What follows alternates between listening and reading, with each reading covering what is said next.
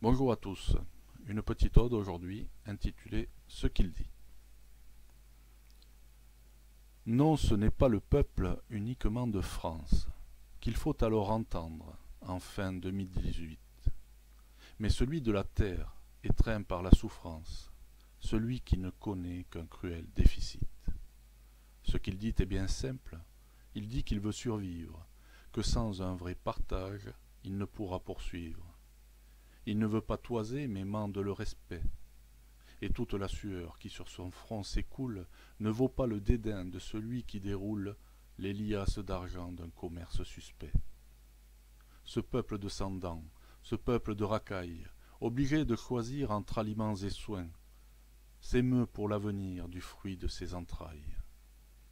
Lui qu'on traite de nul, d'illettré, de pingouin, ce qu'il dit est bien simple, il crie à la pitance, et qu'il ne peut payer la nouvelle quittance.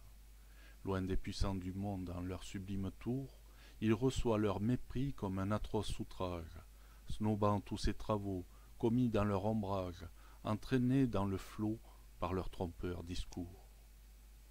C'est tous ces pauvres gens qui demandent encore pourquoi les jours du riche ont une autre valeur que ceux du miséreux qui n'a pas pour éclore les fastes du rupin, mais la même douleur. Ce qu'il dit est bien simple, il refuse un barème, lui comme le nanti, n'étant fils du blasphème. Mais il ne tient qu'à nous d'abolir les écarts, même si la poignée enrichie à la tête installe des écueils pour se garder secrète et pour se réserver les plus grosses départs.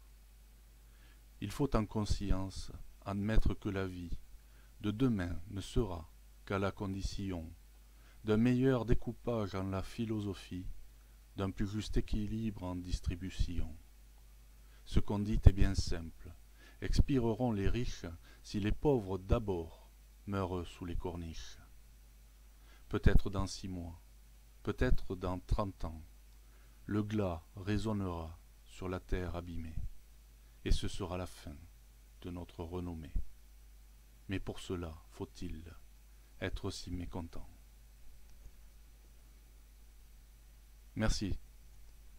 Je vous rappelle que mes ouvrages sont disponibles sur mon site.